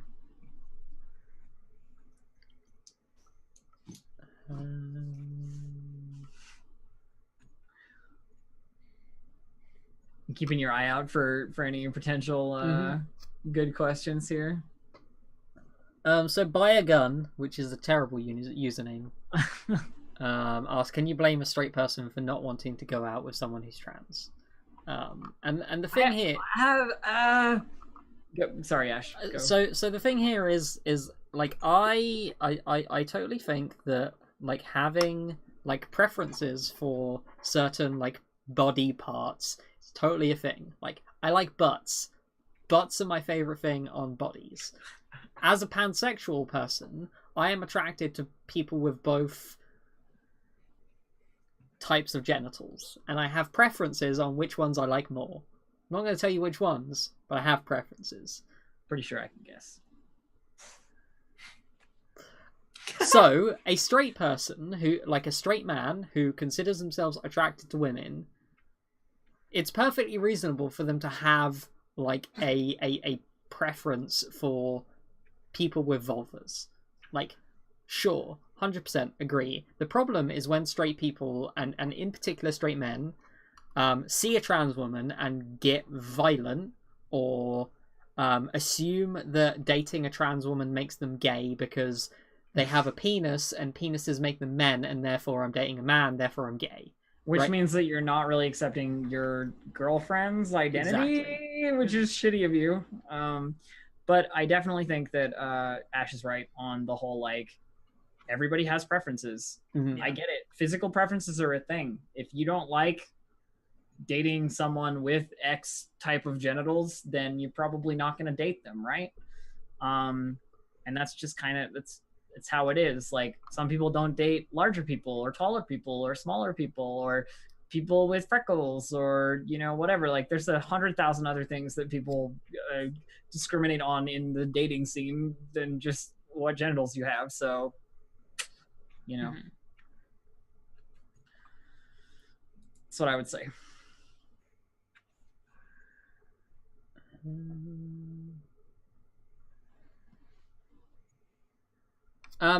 This is such a good question from Roach. Why do we think there are more trans women streamers than trans men streamers? Because I'm always on the lookout for trans men streamers. Like, if you know any, yeah. If you know anyone, like, get them to hit me up because I want trans men on this show. Yeah, we want someone on the show. And I honestly think it's the leaky bucket problem in that less women get into streaming, and so less people who have lives as women before transitioning to men getting to streaming, and so you have a smaller percentage it's of like a smaller subset of a smaller subset, yeah. Right, and trans men are less common than trans women.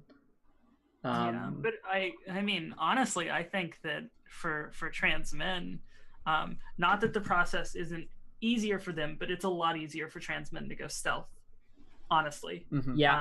And there's so many that are, I mean, there's probably tons of trans men out there on Twitch that are trans and nobody will ever know.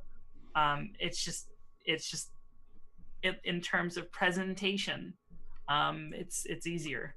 So yeah, I think after hormones, cursed genetic template being that the women's form is the default and the male form is the mutation. Curses. What else? Evil witches of Satan.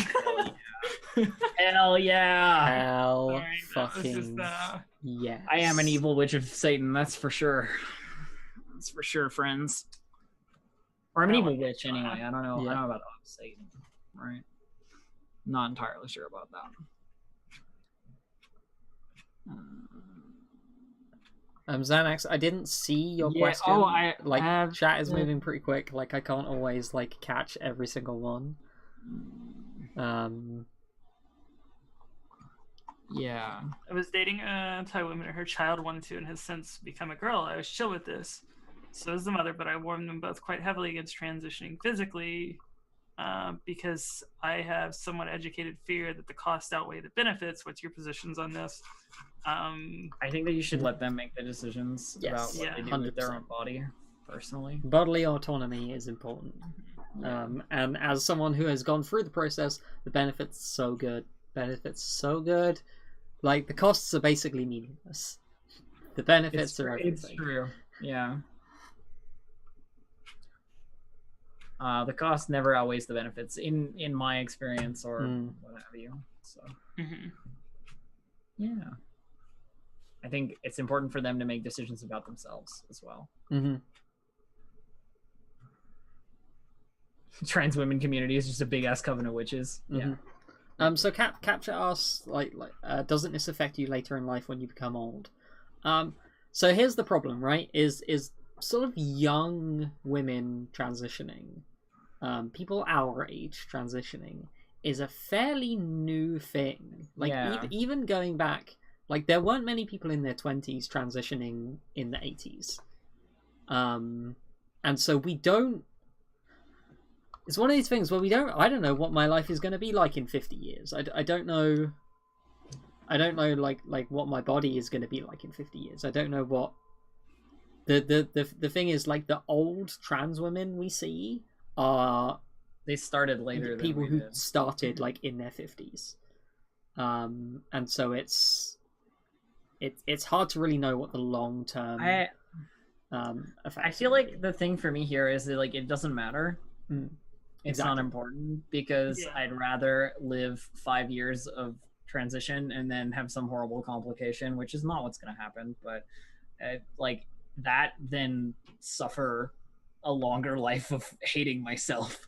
You know what I mean? Or whatever. Like it's sort of academic because the choice is fairly clear for me, right? But like see, regardless.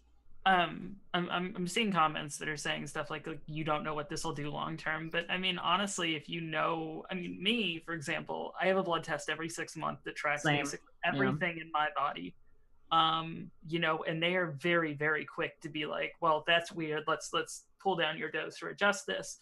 I mean I'm tracked more than probably, you know, any other regulated job in the market at this point for functionality in liver and kidneys, heart function. I mean, it's pretty heavily regulated, mandated, and yeah.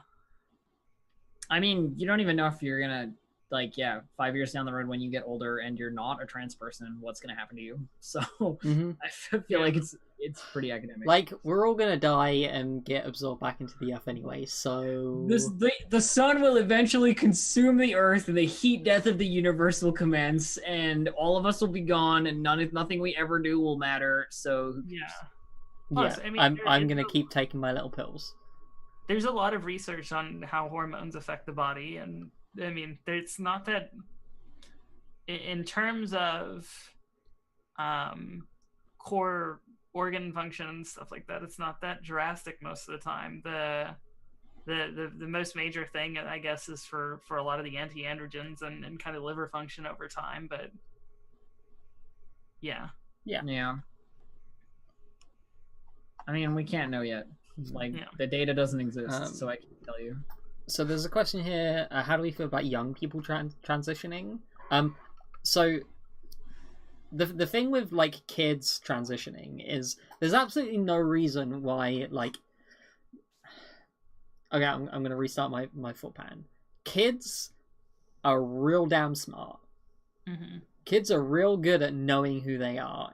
There is a ton of research that shows that children as young as like 5 or 6 years old already have an incredibly well done like concept of who they are mentally and who they want to be. And so there's no reason why, if your 5-year-old is being like, Mum, I'm a girl, why are you making me do this, I'm a girl, you can be like, okay, you're a girl, I support you. And then we have hormone blockers, which are literally designed for like cis children who are going to have like dangerous or like early puberty.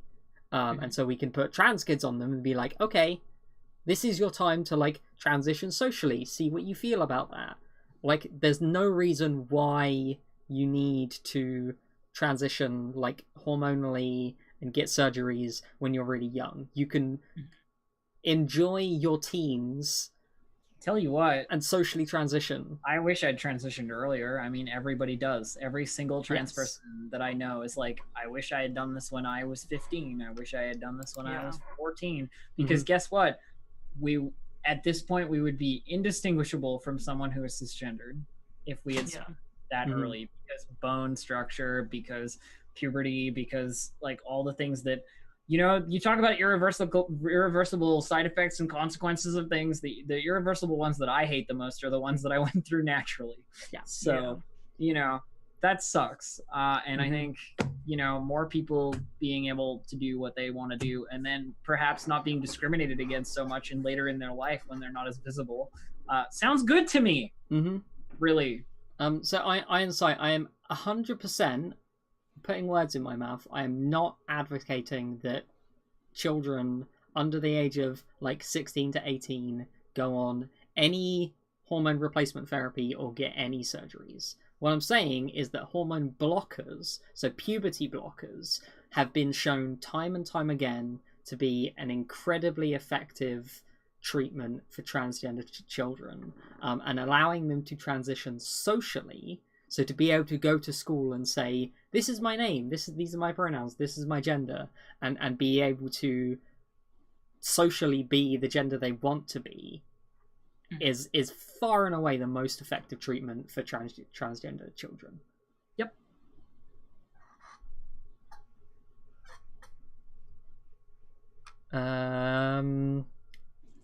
Mixed Wolf has asked, what's our experience of being trans on Twitch? I'll tell you, it's a lot harder than being cis male on Twitch, because I've done that too. Where is the lie? The way that I would say that it is harder is that you're allowed to be good at games when you're a cis man, but you're not allowed to be good at games when you're trans. And if you are, and you make one mistake, you're not good at games anymore. Oh my god, yeah. See, Jesus. This is my advantage, because I'm just not good at games. I was like a top 200 player in a MOBA game when I was like, you know, cis male on stream. And yeah, that reputation does not hold, let me tell you. Yeah, no, I mean, okay, I'm not like pro league in Siege or anything like that, or, you know, pro league in any game, but I've always been, you know, like Diamond in Rainbow Six and stuff like that. And after I transitioned, I shit you not, like 3 weeks after, I started getting like the heaviest scrutiny of like, yeah, people like really shit on you. Yeah. Yeah. Yeah. It goes from that, wow, that was a really good play, or that was that, you know, you never get those anymore. It's, oh, well, I bet I could do that better. You could have done that better. Or here, like the backseat gaming just kicks on hardcore. And I always laugh, because you get these people that come in and you're like, I can school you up. I mean, and then you MVP, right? And it's just like, yeah. I just be bad at games. I mean, that's fair. The other thing for me is being trans on Twitch means I talk about being trans a lot. Like, sometimes I just want to play games. Yeah. Like, you know, but like chat often moves in that angle. Not to mention that it makes your stream into a stream that will never be mainstream. It's like really hard to break into that like mainstream streaming area. I've been on the cusp of like that sort of number, you know what I mean, for sort of a long time, and it's really difficult because your community is a community that loves you and a community that supports you, and I adore you all. Thank you. But it is a smaller community of supportive people and like queer people generally, and less a community of like viewership numbers. Yeah. You know? And I think that's really the big positive side of like being trans on Twitch is we do get to form these incredibly tight-knit communities. Yes, a lot of the times my conversations on Twitch and in Discord go towards trans topics, but most of the time it's actually me and my trans viewers supporting each other and giving each other advice and bigging each other up in really good ways, and not having to like explain my gender for the 12,000th time. Yeah, I mean, honestly, I don't. I'm kind of realizing kind of a weird in between. Like, I talk about it a lot. I'll bring it up if I'm feeling something around it. But truth be told, if someone asks, I'm like, "Yep, I'm trans. Okay, cool. Let's get back to the game. I've got someone behind me, someone in front of me," and I kind of just force the conversation in a direction that I want it to go. But it definitely depends on the crowd and how kind of out of hand they're getting. But I think that comes down to, time as a streamer and realizing that you've got a lot of control of the conversation. So, yeah, and I mean that's true. Like, it's just one of those things that's like, I don't know. Occasionally it's more than I want to deal with, and I've always engaged on it, right? Like I've sort of like built a reputation for engaging on that conversational topic. Yeah. So when it comes up, we do it. And there it is. I definitely understand though. To shout out to any trans streamers out there, anyone who's thinking about streaming, anyone who has a dream that they might be a streamer at some point, do that shit. Get on it, because I promise you, it's not as bad as we're making it sound. No. So Leafington has asked, was being non-binary or NB a thing when we transitioned? I hadn't heard of it until years into my own transition, but that's just because I wasn't engaged in any communities before I started transitioning. I'm sure it's been a thing for a long time, but I have lovely friends who are NB now, and like who are non-binary and what have you. But that, like, I don't know, I didn't hear of it before then because honestly I was an ignorant fuck. So like, yeah, it's hard for me to say. Yeah, a lot of the soul searching I did was looking at sort of non-binary genders. When I was looking, so this was only 4 years ago, the language on like non-binary genders, from my experience, obviously I'm not a non-binary person, I'm not embedded in that culture, but the language has moved very quickly. For me, when I was looking, the dominant like choices were like gender neutral, gender fluid, gender non-conforming, whereas now everyone is saying like non-binary is this the way these are the labels we should choose, and a lot of it is semantics, but like those genders have existed forever and it's just people are giving them new names.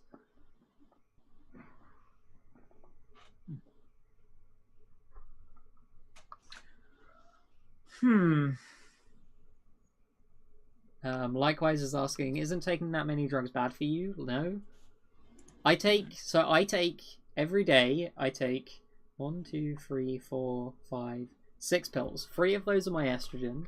I take a peppermint oil tablet, I take a vitamin D tablet, and I take lactase because all of my other tablets have lactose in them, and I'm lactose intolerant. Oh no.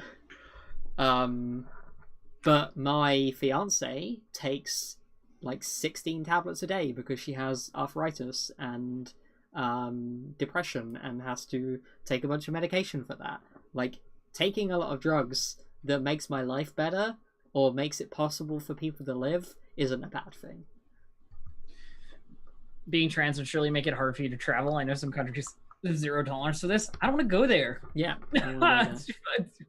I'm not going to go to those places. Yeah. I mean, trust me, I know what they are too.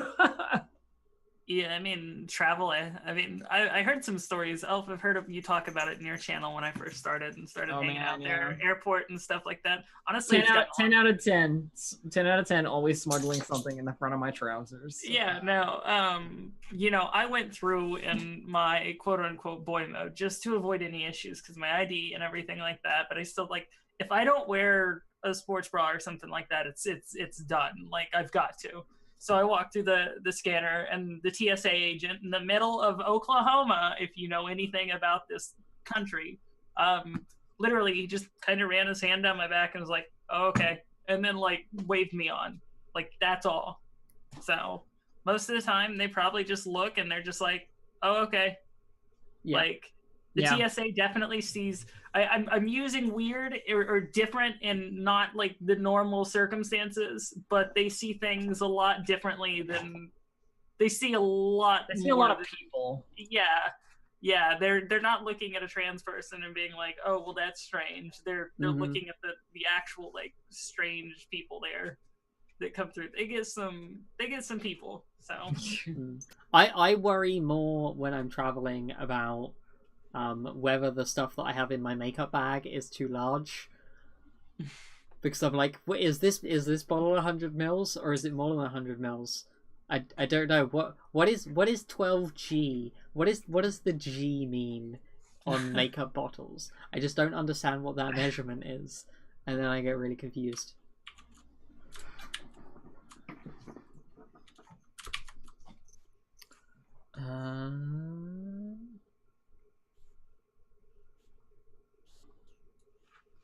What else is on here?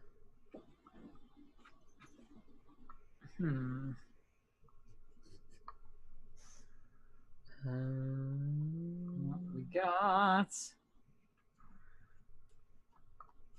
Yeah, but they're talking about the grams thing, and I'm like, most makeup is shown in ounces, and doing an conversion. No, it's not grams. Hang on. Let me. Hang on. Are we doing this now? Okay. Hang on. Oh, it's the M. It's what does this mean? No one can see what you're. What's this? 12M. Yeah. What is that? I have no idea what that means. Oh no! I just dropped a bunch of stuff off my desk. Oh no! It's a disaster. Okay. 12 gravitational forces. It's going very fast. Yes. All right, enough of that. That's a what do you call it? What are our future hopes and fears of trans people in society? I don't know. I'd like for it to be less of a issue. Yeah. So, I just want that'd be nice. I just want to be a normal person living. Please. I just hope that one day it becomes not a thing. If someone comes out as trans, they're like, "Oh, okay, here's your hormones." All right, here you are. Yeah. Mm-hmm. Yeah, like, I kind of hate that it's in the media right now because it gets so much attention. Like, I get these, I'll get these calls from my mom every time she sees some big report in the news. It'd be like, "Are you okay? Did you see this?" I'm like, "No, I didn't see this. I don't care about it. Like, I just want to move on, you know." I just want all of these like terribly silenced women with their talk shows and newspaper columns and massive Twitter followings to just stop talking about me. Yeah. Oh yeah, that would be great. That would just be great. I mean, if they were talking about you specifically, it might be. I mean, yeah. Drive engagement a little bit. A little bit, yeah. Yeah. Andy the Lords, you're trying to come out to your friends and family, but you're super scared. You can do it. I believe in you. I believe. Okay. In the future, do you think everything should be gender neutral or more or less? I mean, no. Being trans? No. Like, there are feminine things, there are masculine things. That's perfectly okay. And people can exist in that space however they want. People are telling me that the M means that's how many months it's meant to be discarded by, which means I should probably throw away all of my makeup. You know, that does have an expiration date for sure. Oops. Yeah, I would say that like, Wait, do I hope for a gender neutral world? No, not really. What I would like is for trans stuff to just be like more widely accepted. That'd be great. So likewise, the saying that I should get a normal job and stop begging for money on the internet, which reminds me, I'm currently raising money to go to TwitchCon. So if you go to my Twitter, there's a GoFundMe page. You can donate to my TwitchCon travel fund. That'll be great. Yeah, that would be cool if you could get Ash to TwitchCon, because I'd like to see her there. I think I even have a command. TwitchCon. That House likewise not banned because he's did it. Like funny, I guess. Like it's funny how ridiculous it is. I mean, you're using that PhD for a pretty awesome job, aren't you? Yeah, I feel like you have a job, right? Yeah, I have a job. I have a day job. I'm the one who should be being told to get off the internet and stop begging for money. The two of you have like jobs that you do day to day. I'm just an internet beggar. Yeah, that's me, internet beggar. God, I'm living my true real life. It's great. All right. Isn't using makeup conforming to a capitalist made-up gender stereotype? Who gives a shit? Makeup looks great. Isn't not using makeup conforming to a capitalist gender stereotype if you're male? Like, okay, let's be real. There's no, like, what is the saying? Hang on. There's no moral consumption under capitalism, so it doesn't There's fucking no matter. moral consumption. Yeah. Let's not get into that. Yeah. Okay, that's a whole nother thing.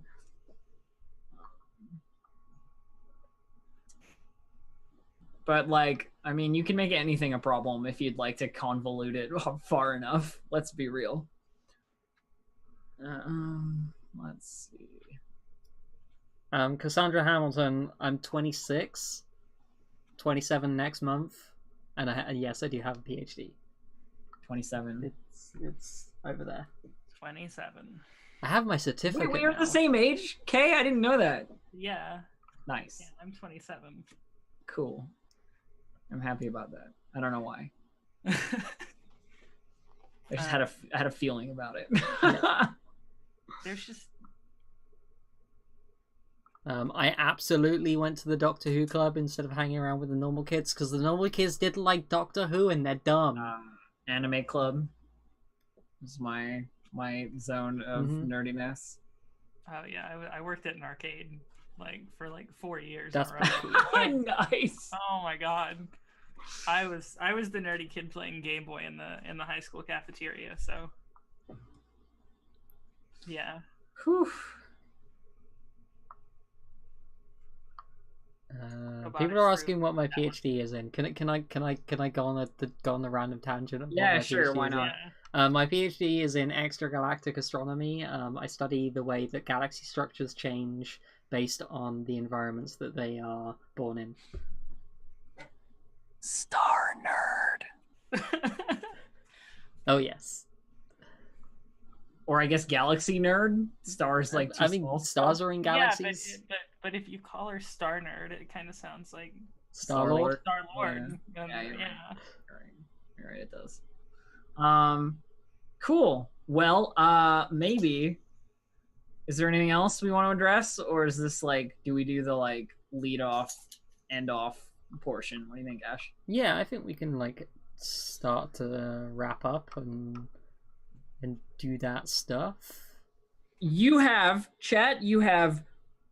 1 more minute for a good question. Go. I don't know why I'm doing this. It's not helpful. You're doing the Twitch magic. Yeah, I'm trying to communicate through the one question. Only 1 minute. What are your favorite animal?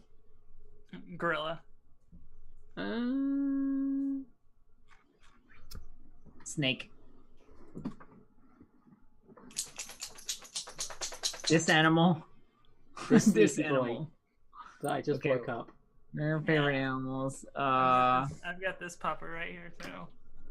What else? What else was in there? It moved too quickly once I said that. What is the meaning of life? 42, obviously. What are your favorite video games? We answered that earlier. Is a hot dog a sandwich? Poll, yes? No. No? Oh God. If the bun splits, then yes. But before Okay, if the bun splits, then yes. If not, no. Okay. Yeah. If Ash makes it to TwitchCon, will I let a badass braid happen? Probably. Yeah. I don't know what that was in reference to, but probably something we said a lot earlier. Yeah. Where could I find more incredible content from the ladies on the stream? And now we segue into the final portion of the stream. So the place that you can find other wonderful content from the people on the stream. Kay, would you like to give us your information? Yeah, you can find me at twitch.tv/OhKay. Yeah, I'm just gonna. That's my name right there. You know. Yeah, and on Twitter, I think it's OhKay Plays. So either one of those, that's fine. But I'm on Twitch like almost every day. So yeah. Okay, great. Thanks. Don't shame my pitch. Aw. Oh, thanks. You want me to go next, Ash? You go next, and then I'll close this out. Hello, everybody. I'm Distracted Elf. You can find me at twitch.tv/Distracted Elf or on Twitter at Distracted Elf. Those are both places you can find me. And yeah, let's go there. Yeah. Okay, cool. I'm Ashley. This is my channel. So if you enjoyed the show and you want to see more of this, you can hit the follow button. All of the previous 12 episodes are on my YouTube and also in the Twitch VODs right here, saved as highlights, so they won't go anywhere. So you can do that. I stream Saturdays and Sundays and then occasional weekdays. And yeah, end of July. It's a while away yet, but in about a month and a half, these two lovely ladies plus Keita's one of my mods, and Adam, right? And Adam Coble are going to be playing in a one-shot of Monster Hearts, the awesome Powered by the Apocalypse games about the terrible lives of teenage monsters, right here on this channel on the 28th of July, I think. Free teaser, I'm definitely going to play a ghoul. I mean, it's going to be great. It's going to be a huge hot mess, and it's going to be great. So if you want to find out more about that, follow me on Twitter, which is Ashley_Nova_. And that's it. And that's where we're going to go. We're going to say goodbye, everyone. Bye. Bye, friends.